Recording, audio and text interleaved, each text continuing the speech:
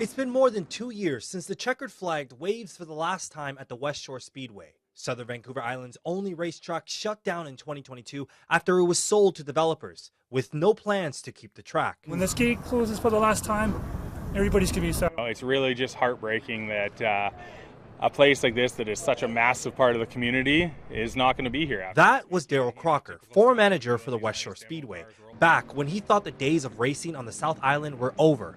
Now, he's changing pace. Recently, we feel like we've finally made a couple strong steps forward. Crocker sits on the board for the Vancouver Island Safe Speed Association, and since the shutdown of the Speedway, they haven't stopped looking for a new home. We've been turning over every rock possible.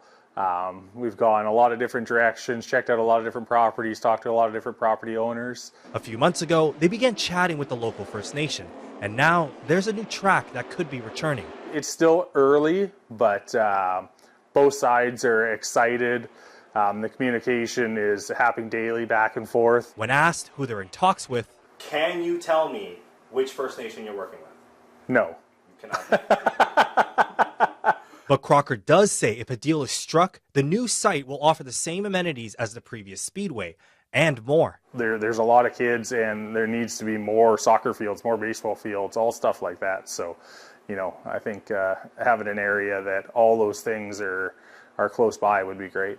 With new hope for a racetrack, it's making drivers excited that they won't have to travel far anymore. We leave at 8 or 9 in the morning and we don't get home till 1 or 2 in the morning. After frequent long trips to Saratoga Speedway and Black Creek, Rob Haslam is eager to have a track closer to home. Blood's pumping and it's getting exciting for the knowledge of knowing that there's going to be one down the South Island.